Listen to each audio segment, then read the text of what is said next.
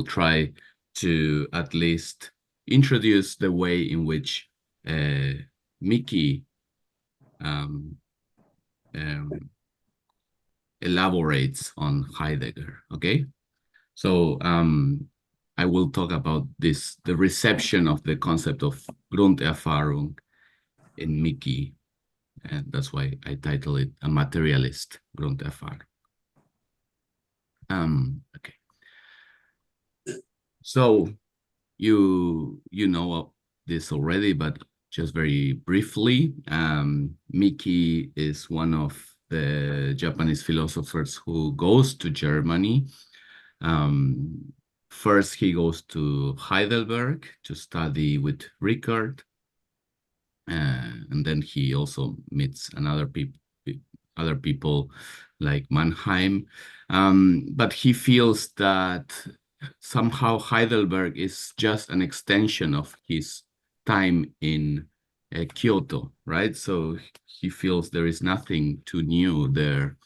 And then after that, he goes to Marburg, where Heidegger has been also called, so almost at the same time, right? So both Miki and Heidegger moved to Marburg around the same time. And Gadamer and Löwith, assistants of Heidegger, will also be there. And he spends 1 year in Marburg. That means that Miki mainly listens to this. I mean, we suppose he listens to the seminars Einführung in die phänomenologische Forschung und Grundbegriffe der aristotelischen Philosophie. Right, this will be the main sources. But also, I think there are many similarities with other seminars, such as Ontologie, and so on. So Miki makes his reception of Heidegger evident in texts such as The Structure of Questioning, and Basic Concept of Hermeneutic Philosophy, Phenomenology. After the publication of Being and Time, Miki continued to regard Heidegger as a central philosopher, as seen in texts such as The Ontology of Heidegger, and especially in his book, Philosophy of History. His unfinished work, Philosophical Anthropology, also serves as a key testament of this reception. Nevertheless, it is important to note that from 1933 onward, Miki distances himself from, at least politically, from Heidegger, whose commitment to National Socialism had by then come to his attention.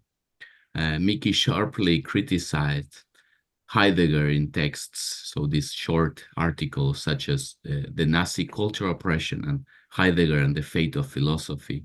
In this last text, Miki argues that Heidegger had lost the reason of logos in a Nietzschean intoxication. So kind of Heidegger loses himself in the irrationalism of this kind of Nietzscheanism.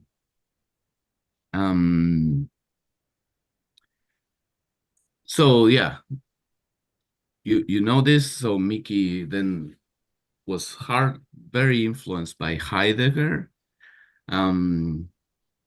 This is, for me, I think, especially clear in around the 1930s, and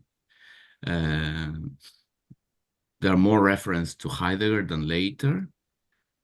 I will focus mainly in one of the earliest works of Miki, which is this book about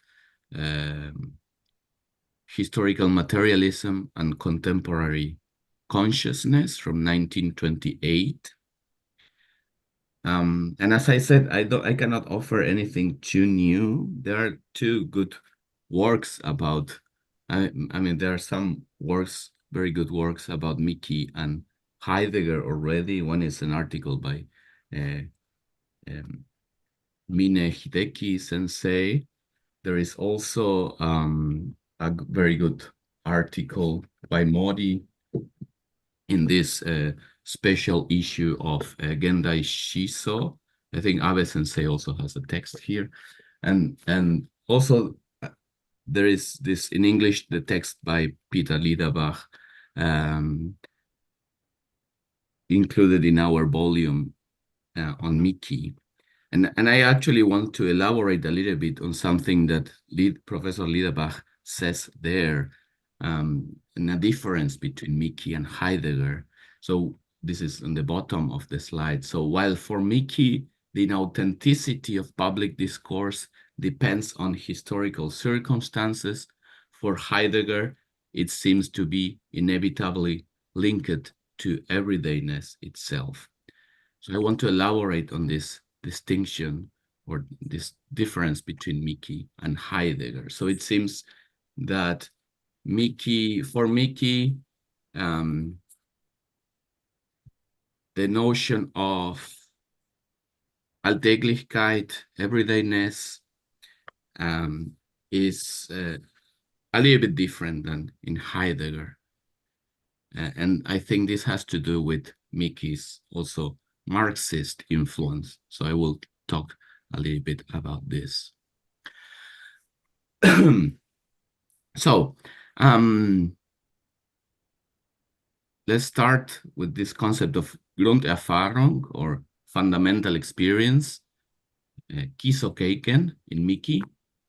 I will focus on this text from originally written in 1927 and then published in this book, Historical Materialism and Contemporary Consciousness, right? So, and I think this is really an example of Miki trying to combine Heidegger with Marx.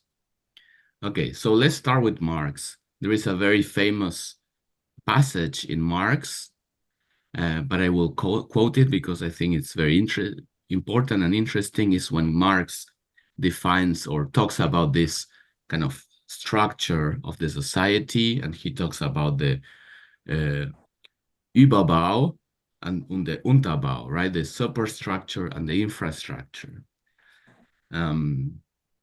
I will read it in German, but you have the translation in English on the right, okay? So, in der gesellschaftlichen Produktion des Lebens gehen die Menschen bestimmte notwendige, von ihrem Willen unabhängige Verhältnisse ein.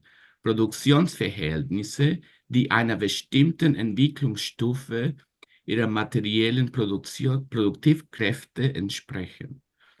Die Gesamtheit dieser Produktionsverhältnisse bildet die ökonomische Struktur der Gesellschaft, die reale Basis, worauf sich ein juristischer und politischer Überbau erhebt und welcher bestimmte gesellschaftliche Bewusstseinsformen entsprechen. Die Produktionsweise des materiellen Lebens bedingt den sozialen, politischen und geistigen Lebensprozess überhaupt. Es ist nicht das Bewusstsein der Menschen, das ihr Sein, sondern umgekehrt ihr gesellschaftliches Sein, das ihr Bewusstsein bestimmt.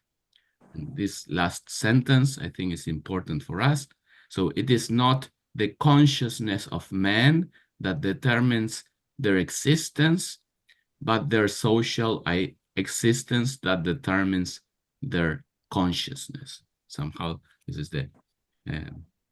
the concept of ideology in Marx. So this prerogative,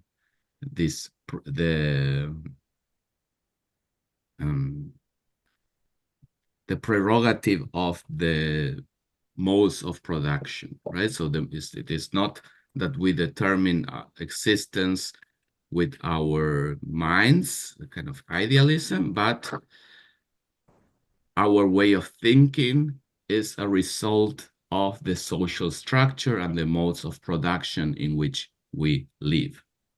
So he takes this idea in his book Because here you can maybe distinguish between then die reale Basis, right? Die ökonomische Struktur der Gesellschaft, this economic structure of society is the foundation, the real foundation of the, and then you have a Überbau, you have a superstructure that is the result of that structure. So Miki presents a very similar thing in this text, Ningen-gaku no Marxu Teki Keitai, so the Marxist form of anthropology. And this is also very similar to something that another Marxist of the time, Fukumoto Kazuo, which is one of the very important communist figures in the late 20s, presents a very similar schema of this, right? You have the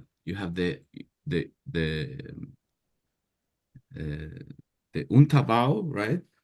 The infrastructure, and then you have the two superstructures. And Miki makes a similar distinction. He will talk about a basic experience. He will talk about an anthropology that he defines as the first order logos, and he will talk about an ideology that he defines as the second order logos. Okay, so let's see how he defines this. Let's start with the basic experience. This is also a very, many of you probably know this passage. This is the first paragraph of the text by Miki, but I will read it because here we find this very important definition. So Miki says, the everyday experience of human life is always guided by language. The logos is usually in a position of dominance in human life. We usually negotiate with existence from the perspective of the logos that we already possess. We experience existence in such a way that what we experience can be described and resolved with words. I distinguish what I call my basic experience, this kisokeiken, based on this way of experiencing. Contrary to everyday experience, which is guided by logos, basic experience or fundamental experience, maybe it's better, is not guided by logos, but rather guides, demands, produces logos itself. It is an experience that is completely free and fundamental in the sense that it is independent of the domination of language. But as long as experience can be saved and stabilized by expression in the logos, but attaining publicity, our experience can stand on the guidance of language and language use, and no angst arises in us. So here, at first sight, we have a distinction between an everyday experience, which is guided by language, and this fundamental experience, the kisokeiken, which guides language and produces language. So here is interesting that we have, on the one hand, this kind of Heideggerian terminology of the kisokeiken that reminds us to the Grunderfahrung, but also we have this question of language and how this Grunderfahrung relates to language. One thing that is interesting, I think, that help us to start seeing how Miki is influenced by Heidegger is there are some very similar expressions. Like, for example, you can read in the bottom of my slide, die Sprache spricht nicht nur mit beim Vernehmen, sondern sie führt es sogar. Wir sehen durch die Sprache. Also this idea that language guides experience is also quite similarly expressed in Heidegger. Okay.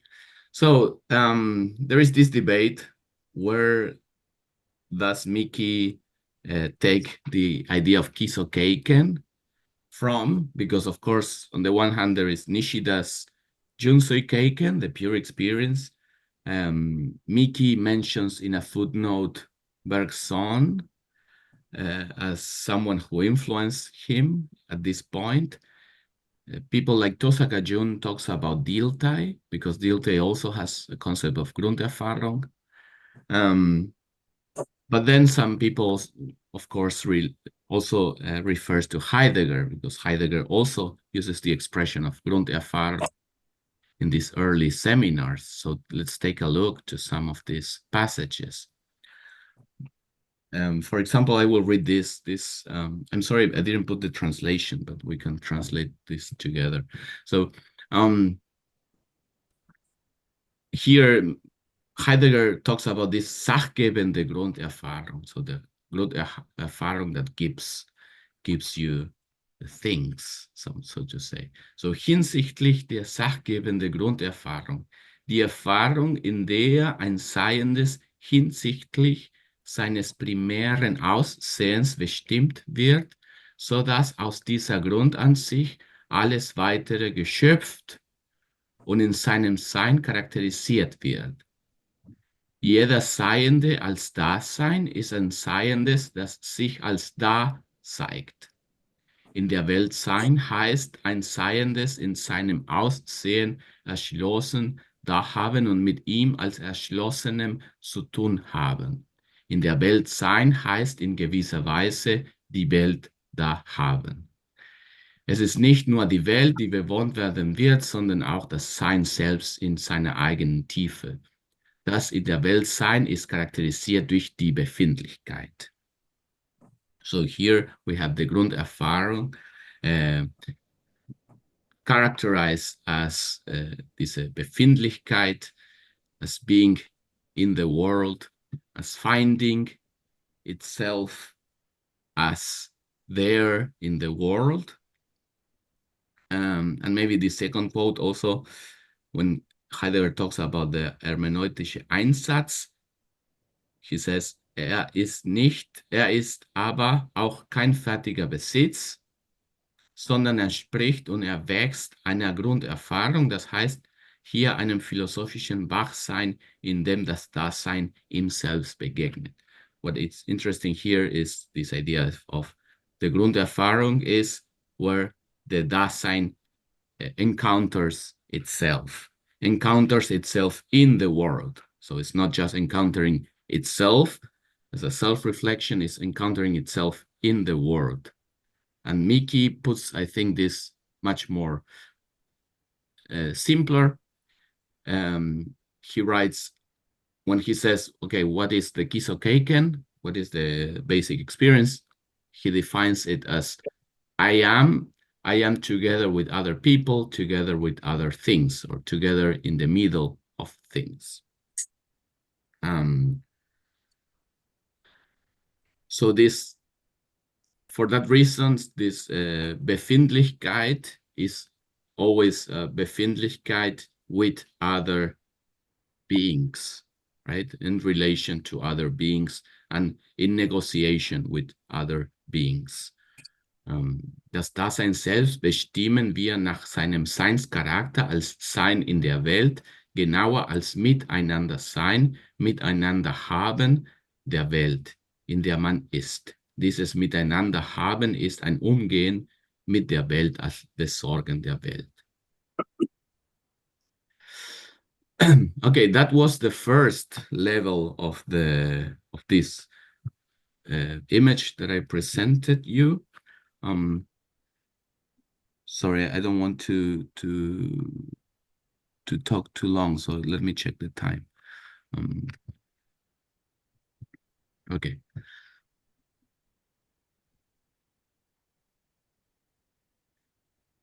Sorry. So we explained the basic experience. Let's move on. Miki talks then about the anthropology and the ideology. Okay. And so Miki says something like basic experience is what produces and guides language. But at the same time, language is always a kind of self-interpretation of the basic experience, right? And Miki makes this distinction between self-interpretation or Selbstauslegung and Selbstverständigung. And these two terms, and Miki uses the terms in English, in German, right? So this is also a reference to Heidegger. Miki identifies these two words with these two levels, the anthropology and the ideology. So the Selbstauslegung relates to the anthropology, and the Selbstverständigung relates to the ideology.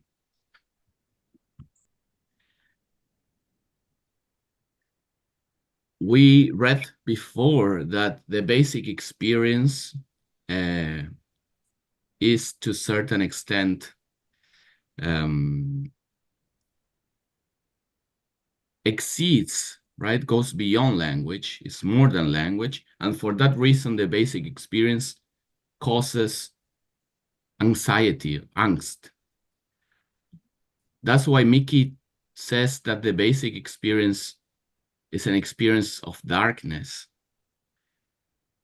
And to go to find orientation in this darkness, we need language. Language is what stabilizes our experience.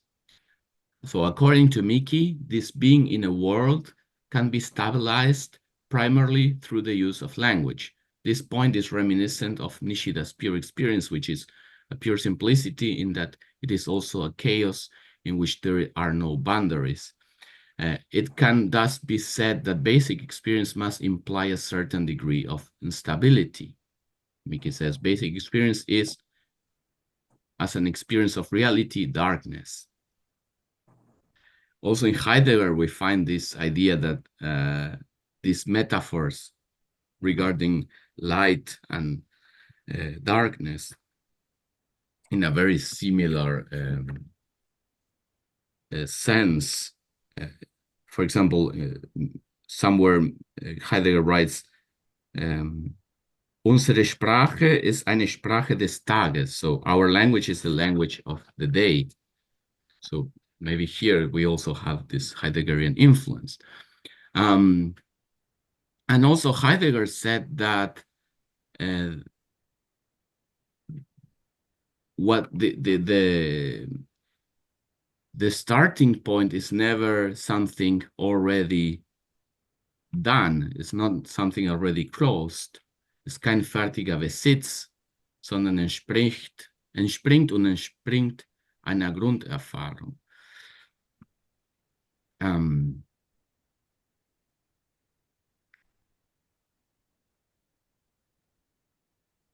Okay, so Miki will say that there is at first a self-interpretation of the basic experience in the form of language, which is just our being in the world and trying to make sense of the world.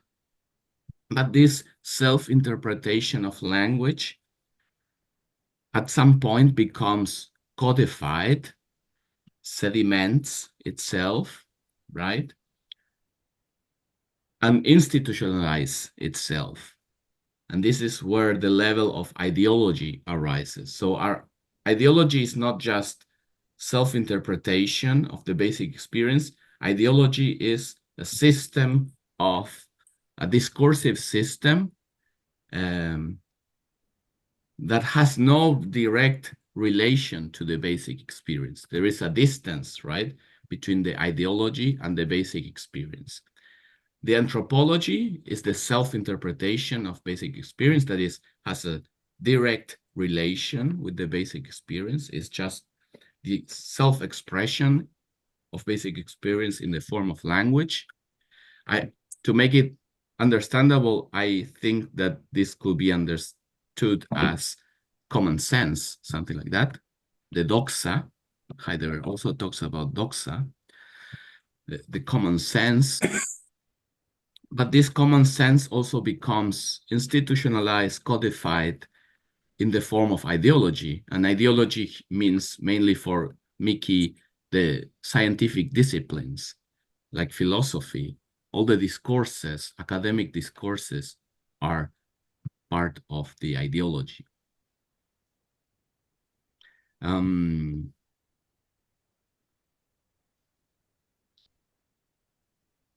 Okay. So we have these three levels of basic experience: anthropology and ideology. And now I want to talk a little bit more about this second level, the anthropology, because I think here is where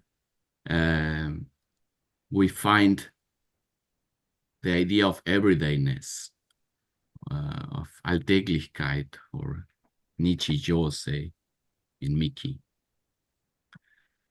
So, Dasein inhabits this world of everydayness in the mode of averageness, for Heidegger, Durchschnittlichkeit. As the man of man sagt, man hört, right? So we live in the world of the everydayness in the form of das Man, in this averageness. This averageness is known to have a rather negative connotation in Heidegger, insofar as Dasein's losing itself in the world of the neutral is characterized as inauthentic.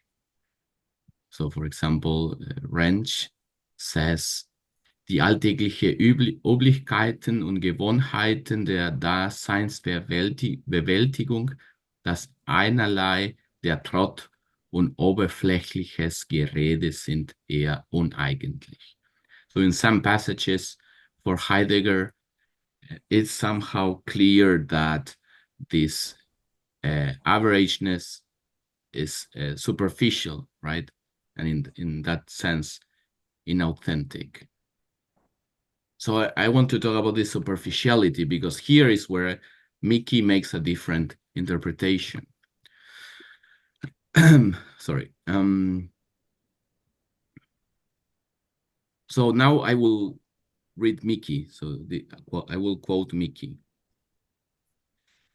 In another passage, Miki writes, however, the being expresses itself through language and becomes social.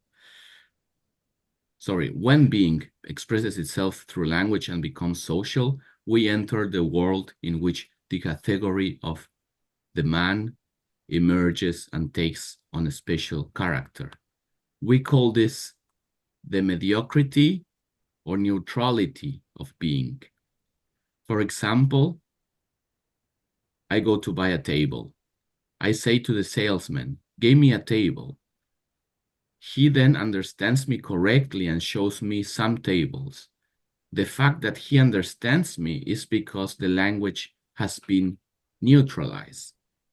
Miki explains this as following. Miki says, when I say give me a table, I'm not saying the word table there doesn't have a universal meaning. So I'm not talking about the table in itself, but I'm also not talking about a concrete table, right? Because I didn't decide yet what table I want to buy. So here, this is what Miki calls the neutrality. It's not universal and it's not singular, right? So it's a kind of concrete universality. And this is a condition of practice. So we need this kind of neutrality in language to be able to communicate. In other example that Miki gives is that when we are on the bus, we might be traveling with other people. We might be traveling in the same bus with a doctor, with a football player, with a criminal. with a philosophy professor. But for practical terms, when we are on the bus, we are all passengers. That means our singularities, to a certain extent, have to be neutralized in order for us to be able to travel together, and be considered passengers for the driver, right? So this is somehow what Miki has in mind. And here then he vindicates an aspect of this everydayness. So this superficiality is not negative. For Miki, this superficiality is a condition of practice. And I thought this example with the table is kind of interesting, because also Heidegger gives two examples of tables, which are a little bit different, but somehow they relate to this problem.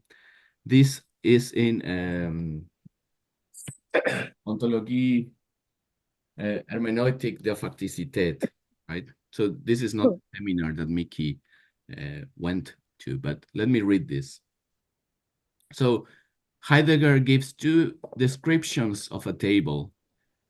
One description he calls the Fehldeskription. It's a kind of bad description of the table, and the other is a more phenomenological description of the table. So first he says, what is the table? Ein Ding im Raum, a thing in the space. Als Raumding ist es zudem ein materielles. Es ist so und so schwer und so gefärbt, so geformt, mit rechteckiger oder runder Platte, so hoch, so breit, mit glatter oder rauer Fläche. Right, so the table is there in the space, and I can distinguish some characteristics, some qualities of the table, the color, the form, the texture, and so on. In this description, the external exposed object begins to reveal its qualities analytically, gradually, revealing the evaluative aspects. There is a strict separation between the natural things and things of value. Naturdinge und Wertdinge, I think is the word that Heidegger uses. So we then experience here, in the table is presented as a kind of set of different qualities. But then Heidegger presents another description that he finds better in this context of explaining what is phenomenology. He writes, in dem Zimmer, da ist es der Tisch da. Nicht ein Tisch neben vielen anderen in anderen Zimmern und Häusern, an dem man sich setzt zum Schreiben, Essen, Nähen, zum Spielen. So, right, there is the table is there, not any table, but my table is there. It's a concrete table that I always use to do certain things. Man sieht es ihm an, zum Beispiel bei einem Besuch gleich an. Es ist ein Schreibtisch, Esstisch, Nähtisch. Primär begegnet er so an ihm selbst. Der Charakter des so etwas wird ihm nicht erst zugeschoben aufgrund einer vergleichenden Beziehung auf etwas anderes, was er nicht ist. Right? So this idea, or this quality of the table serving to a certain purpose is not something that you add to the table that is in front of you, but you encounter the table already with that characteristic because you are already in a relation with that table. And here I think actually this is closer to what Miki is talking about, this practical relation with objects that we are able to mediate with language. Okay, so and now I have not much time, so I will stop soon. The last part where this difference between Heidegger and Miki becomes much more clear is when Miki starts to talk about the commodity. Because on the one hand, Miki writes, every being is a discovered being, right? What Heidegger was saying. So the thing that you encounter is not a thing that exists independently. I mean, that you can describe independently of your existence, but it's a thing that you discover there.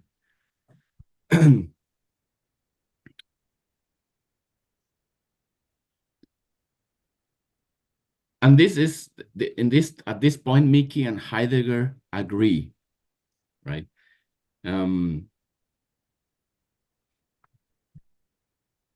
Miki and Heidegger agree, but here comes the difference. I will jump these two quotes. Sorry. Here comes the difference. So, for Marxist materialism, the thing does not refer to pure matter, but it is a self-interpreting concept of man. And if we may use our term, it is an hermeneutic concept. So here, Miki combines Marx and Heidegger, right? The thing is never the external closed thing in itself, already there. It's a thing that I am always negotiating with.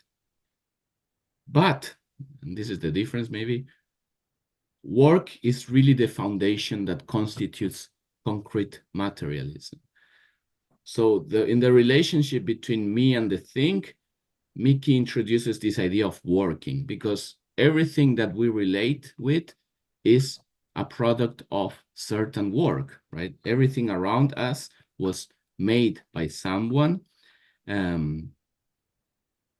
Everything around us is mediated by some sort of activity of production.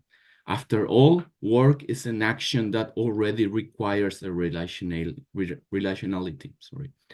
There is no work without a state of being in a certain situation. The materiality of the thing cannot be conceived without the relational materiality of the thing with its environment and with the subjectivity, whether individual or socio-historical, that it encounters there. Just as there is no pure thing that abstracts from the state of mind, there is also no thing that abstracts from work. It could be therefore be said that Miki's ontology is a labor-oriented ontology. This is not because Miki starts from a materialist ideology, right? This will run counter to his own postulates. Miki starts from basic experience itself, and basic experience is, Miki arcs, a productive experience. For if we are always already in relationships with the things around us, our existence cannot be conceived outside of relationships of a certain kind with things. Our primary mode of existence is existence within a system of production. What now fundamentally determines the structure of the proletarian's basic experience is labor. The proletarian negotiates with being through a form of negotiation characterized by the sensuous practice of being. So here is the distinction, the difference between Miki and Heidegger. For Miki, this basic or fundamental experience is historical. That's why in the 30s, Miki says, we live in the, so to say, in the age of the proletarian's basic experience, because the way in which we exist in the world is characterized by this sensuous practice of being. We can talk later about this, right? But the basic idea will be that in capitalism, the fundamental form of relating with the world is in this form of sensuous practice and production. As Miki said, the problem with language of doxa is not neutrality. The concrete neutrality that a table refers to a multiplicity of concrete tables is a condition of practice. It is language that is itself in the world. This is the function of totalization that Miki speaks of. But this concreteness of language, its mediocrity, is different from the reification of capitalism. As Marx says, under capitalism, the worker is alienated from his labor. Togetherness is destroyed under the illusion that work is only done in order to obtain the means for individual existence. That will be what happens in the capitalist system. The relation to the world becomes a self-surviving individual self-relation or a purely quantitative relation. Existence means individual existence for Marx. According to Miki, this is the symptom of the capitalist commodity system. And I quote, "But the commodity dominates as the universal category of the totality of social being in capitalism. Not only the relations of consciousness between people, but all social relations are buried and deeply submerged." The commodity as a category of being implies that the relationality of things is buried under something. Under what? Marx could say under the abstract concept of average labor power. Heidegger could perhaps say under the concept of averageness. On the other hand, Heidegger had also said that being in the world implies the possibility of things being concealed or represented as something else. This happens with the product of labor. It is not an expression of creativity and freedom, but something that is external to the worker, something that is completely separate from him. This is what the young Marx says. Commodity value conceals the multiplicity of human labor and purifies it as abstract labor. And it is this quantification of labor that makes the commodity appear as such. So I stop here. So the idea, therefore, will be that Miki introduces this distinction according to which neutrality itself is not the problem, but alienation is the problem. So he somehow introduces the possibility that as a result of this basic experience, which is historical, there emerges a form of being there that is a kind of inauthentic form, which is the form of alienation, which is being alienated from the product of our creativity and so on.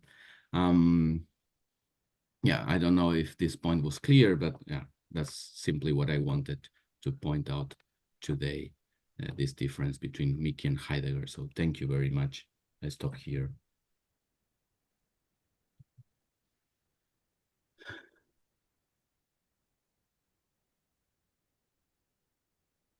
Well, I think we can at least discuss for 10 minutes, maybe 15 minutes. So if someone has question, I see the Professor Dylan. I hope I pronounce your name in a correct way. It's Gilliland. I'm fine with Rex, but yeah, it's simpler. Okay. Then I call you Rex next time. Right, no problem.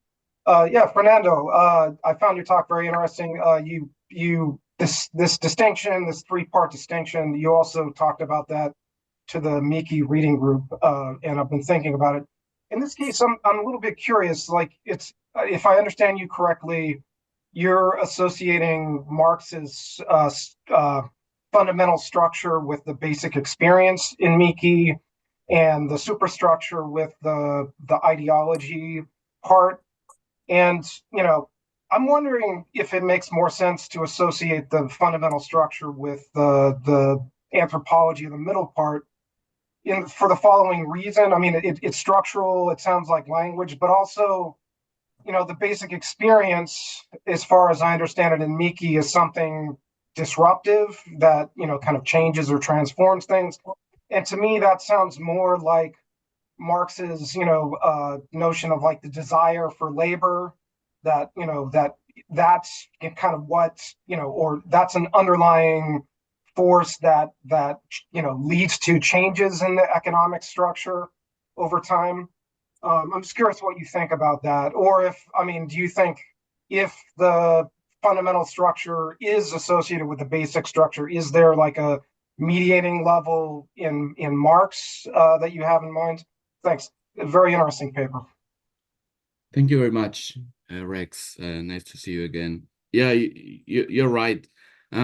It's true that also Miki, I always use this image, right? But maybe it's a simplification, because then you have these three levels that are completely different from each other, and you're right in pointing out that maybe they are actually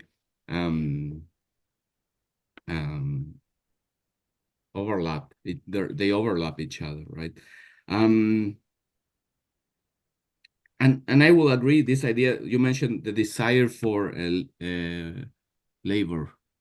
Yeah, the human, desire for labor for Marx, this, basic driving creative Right. force. Yeah.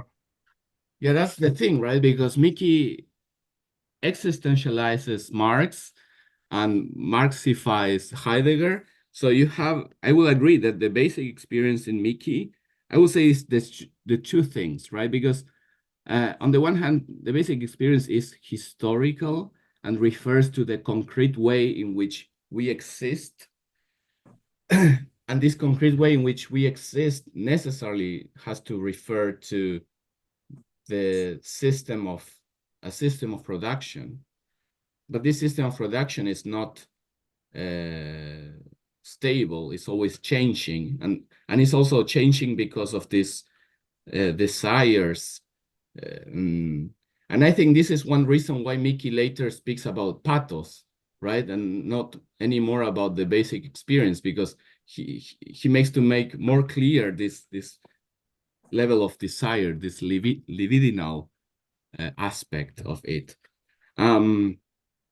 Nevertheless, I will still kind of maybe hold to that kind of schematization of identifying fundamental experience with the base, with the Unterbau of Marx. For those reasons, I mean, mainly because of the sources of Miki, so I find this similarity with Fukumoto that I put in the slide, this other Marxist of the time, that talks about this in a very similar way. But yeah, Miki is trying to combine two different terminologies. And I also will agree that actually, yeah, okay, basic experience and anthropology are not completely separate. Miki says anthropology is a direct interpretation of the basic experience. If it's a direct interpretation, that means there is a kind of no mediation. That's a problem. I mean, we should think about that. But yeah, I will take your point in the future, because I think it's better to problematize more this aspect. So yeah, thank you a lot.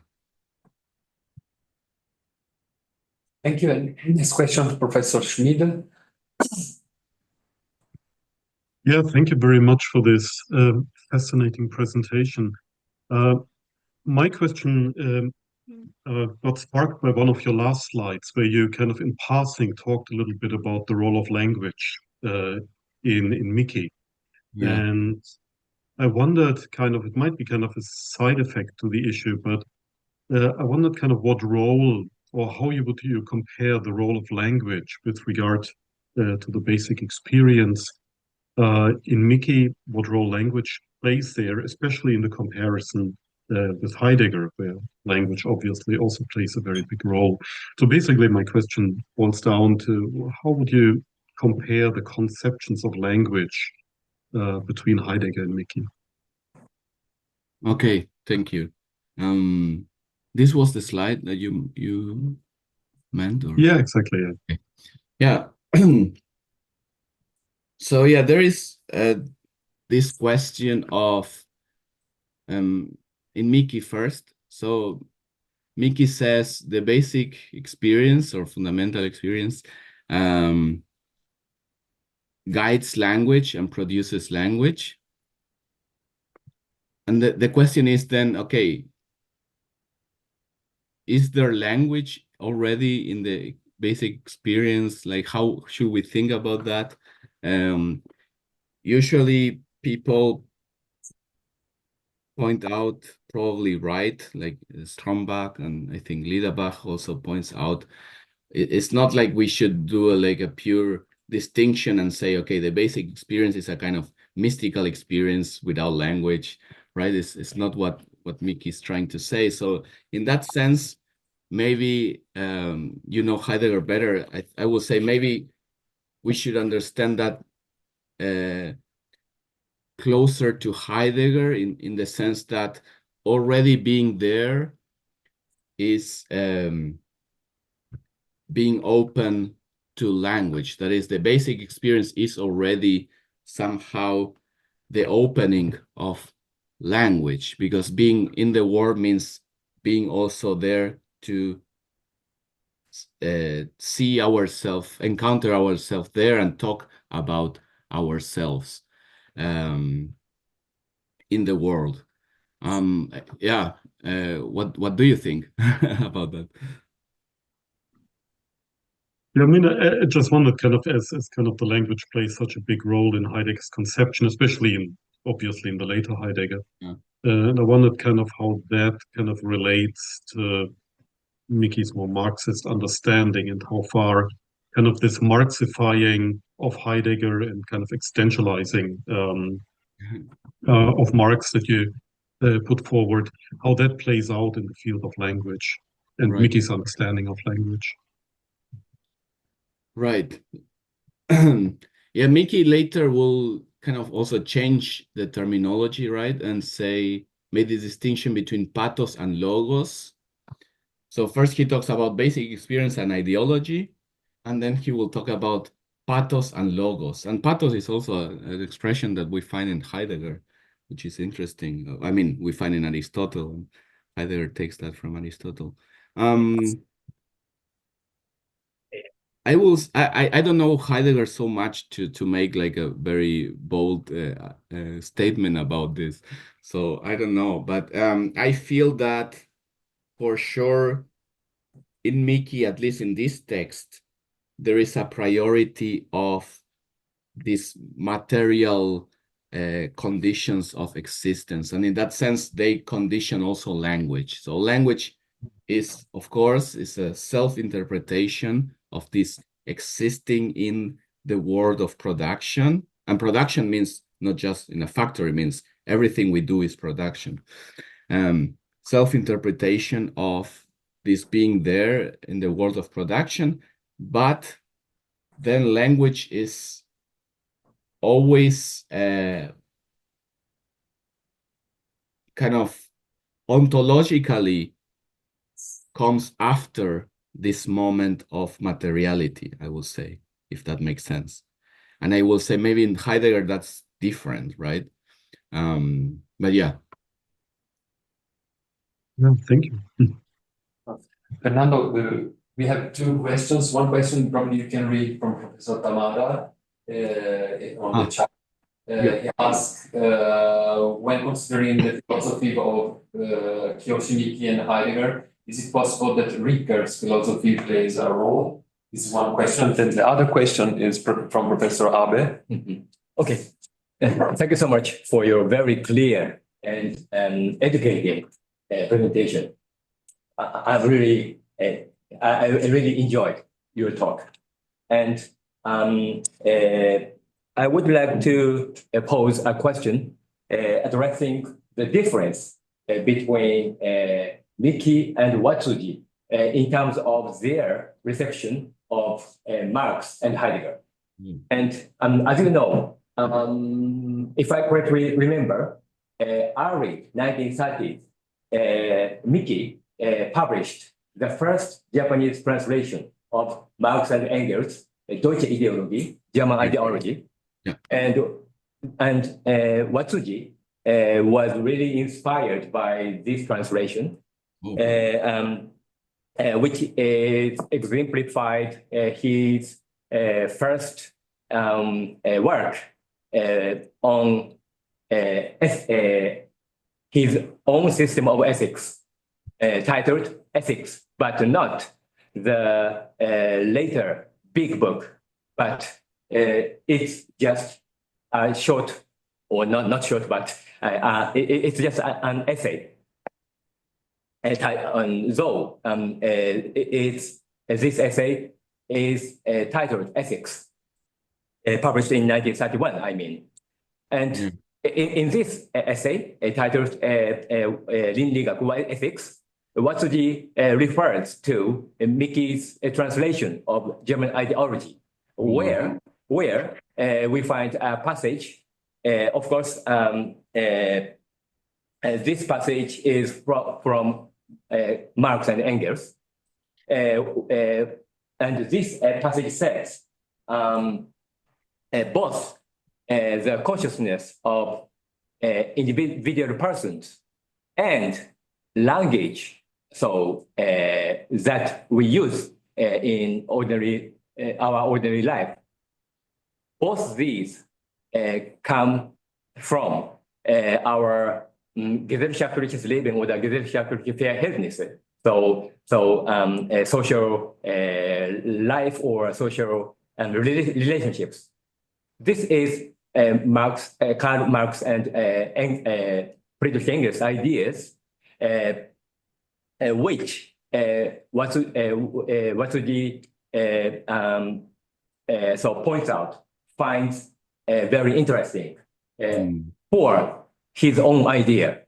And that is to say, that means that Watsuji thinks of the practice of our ningen sonzai as non-verbal practice.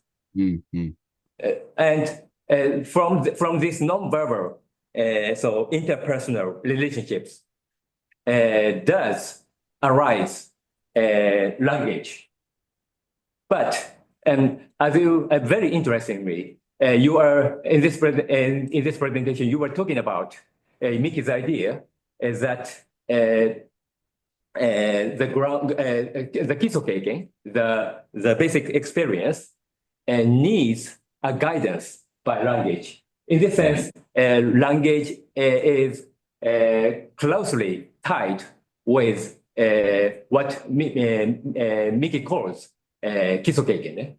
And so my question is, of course, should we consider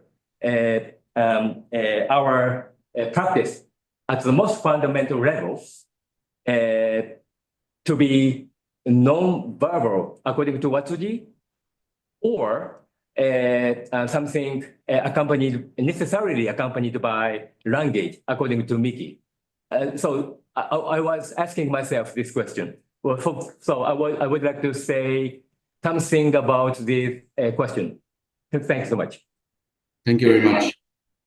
Just to confirm, so because I didn't hear one word, so should we consider our kind of, what did you say? Yes. So my question is very simple, and so both Watsuji and Miki read closely Karl Marx's German ideology, but they had very different ideas. So what do you think about this difference? Okay. Yes, non-verbal or verbal. Thank you very much. Okay, first I start then with Tamara Sensei's question. Thank you very much. Nice to meet you again online. So yeah, it is possible that Rickard's philosophy plays a role. Yes, I think so, but maybe a negative role at this point, because around this time is when Miki is a little bit disappointed with Rickard's philosophy of history, I will say. I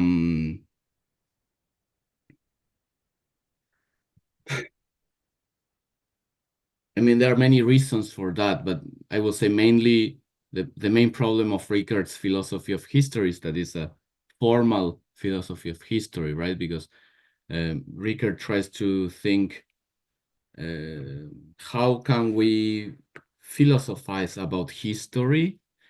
And he comes to this idea of distinguishing, okay, what is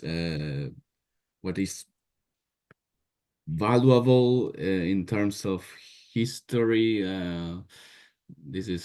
This requires a little bit explanation, but Rickard tries to kind of create a formal philosophy of history, which is kind of separates itself from the really incarnated history, right? Like experiencing history and acting in history. Because Rickard wants to create this possibility of a kind of scientific, in certain sense, of philosophical philosophy of history. And I feel Miki precisely is disappointed with this and finds in the idea of facticity, in the idea of talking about history within history, right? You can never contemplate history from the outside. You should always be within history, which the idea of facticity kind of helps to do. I think Miki, for that reason, moves to from Rickard to Heidegger. But nevertheless, I think the influence of Rickard is very, very important in Miki and should be researched more. So, and then the question by Abe Sensei, thank you very much. Especially, thank you for pointing this reference. I didn't know that Watsuji read Miki's translation. That's very interesting. I will take a look to that. Yeah, and that's also interesting, the idea of non-verbal practices. I will say actually that right, I will say at least for Miki also practice comes. So the question will be if practice comes, non-verbal practice comes before language, right? Yes, before language, yes. Right. Yeah, I kind of feel what comes before language is existing, the Mitananda sign, right? Being there for Miki, and being there for Miki is a practical relation. And we can say, okay, language is also a practical relation. We already exist in language, but at least I think that the basic experience in Miki is something that can maybe includes language, but goes beyond language, right? It includes a moment of, this is maybe too, I don't know, Jean-Luc Marion, right? But there is an excess, there is a rest or something like that in the pure experience. And Miki talks about darkness. So there is something in the pure experience that cannot be verbalized. So at least I will say this, there is an excess in the pure experience. And maybe at that point, Miki and Watsuji are not too far away from each other. I think that the critique that Miki will make to Watsuji to some extent in other texts, which maybe is not a fair critique, but Miki will say, okay, Watsuji, Fudo is not historical, right? Even if Watsuji himself says that the Fudo is also historical to a certain extent, Miki will say, okay, for me, that's not really historical. But yeah, thank you very much. Thank you. Yeah, thank you very much. Thank you, Fernando. Sorry, it's time to move to the last talk, and take care and recovery as soon as possible so that next time you can come to Nagai. Yeah, I want to go. Yeah, thank you all. And sorry again. Yeah, Take care. thank you.